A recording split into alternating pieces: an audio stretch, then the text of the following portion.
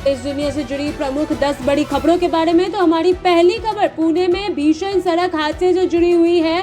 पुणे के नवाले ब्रिज के पास गुरुवार शाम एक ट्रक का ब्रेक फेल होने से 20 से 25 गाड़ियां आपस में टकरा गई। हादसे में कार सवार 5 लोग जिंदा जल गए, जबकि ट्रक ड्राइवर सहित कुल 9 लोगों की मौत हो गई। करीब 20 लोग घायल बताए जा रहे हैं। तो वहीं हमारी आज की दूसरी खबर बिहार चुनाव से जुड़ी हुई है। बिहार के 48 जिलों के 46 केंद्र पर आज मतगणना हो रही है। सासाराम में काउंटिंग सेंटर पर ट्रक की एंट्री को लेकर विवाद हुआ। एग्जिट पोल के अनुसार 19 एजेंसियों में से ज्यादातर ने एनडीए सरकार बनने की भविष्यवाणी की है। काउंटिंग के मद्देनजर आज पटना में सभी स्कूलों को बंद रखने का आदेश दिया है।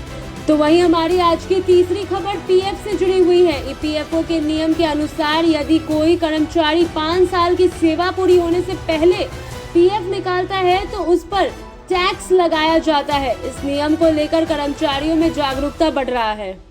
तो वहीं हमारी आज की चौथी खबर महंगाई दर से जुड़ी हुई है। अक्टूबर में महंगाई दर रिकॉर्ड निचले स्तर पर पहुंची। एसबीआई के अनुसार त्योहारों की मजबूत मांग ने अर्थव्यवस्था को राहत दी है और दिसंबर में ब्याज दरों में कटौती की संभावनाएं हैं। टैरिफ चुनौतियों के बावजूद भारत दुनिया की सबसे तेजी से बढ़ती अर्थव्यवस्था बन रहा है। तो वहीं हमारी आज की पांचवी खबर भारत से जुड़ी हुई है। वैश्विक चुनौतियों के बावजूद भारत के वस्त्र और परिधान निर्यात में अप्रैल सितंबर 2025 के दौरान 10% की बढ़ोतरी हुई। 111 देशों में 8,489 मिलियन डॉलर का निर्यात दर्ज किया गया है, जो पिछले साल की तुलना में 770 मिलियन डॉलर अधिक है। तो वहीं हमारी आज की छठवीं खबर कंस्ट्रक्शन और एमएसएमई सेक्टर से जुड़ी हुई है। क्रिसली के अनुसार निर्माण उपकरण उद्योग की रफ्तार इंफ्रास्ट्रक्चर खर्चे और निर्यात पर निर्भर रहेगी। इस बीच केंद्र सरकार ने 25,060 करोड़ रुपए के एक्सपोर्ट प्रमोशन मिशन को मंजूरी दे दी है। इसके तहत एमएसएमई और अन्य निर्यातकों को बिना कोलैटरल के 20,000 करोड़ रुपए तक का क्रेडिट मिलेगा। अमेरिकी टैरिफ के असर को कम करने के लिए 45,000 करोड़ की 2 नई योजनाओं को भी मंजूरी दी गई है।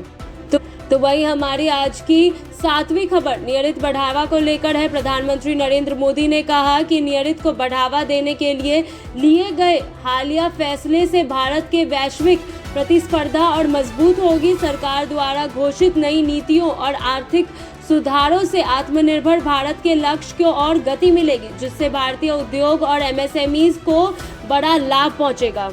तो वही हमारी आज की 8वीं खबर भी भारत से जुड़ी हुई है। मुख्य आर्थिक सलाहकार वी अनंत नागेश्वरम ने कहा कि भारत को अपनी बढ़ती कार्यशैली जनसंख्या को रोजगार देने के लिए आगामी 10 से 15 वर्षों में हर साल लगभग 80 लाख नई नौकरियां सृजित करनी होगी। उन्होंने बताया कि भारत की आर्थिक वृद्धि तकनीकी अपनाने और कौशल विकास पर फोकस इस लक्ष्य को हासिल करने में महत्वपूर्ण होगा।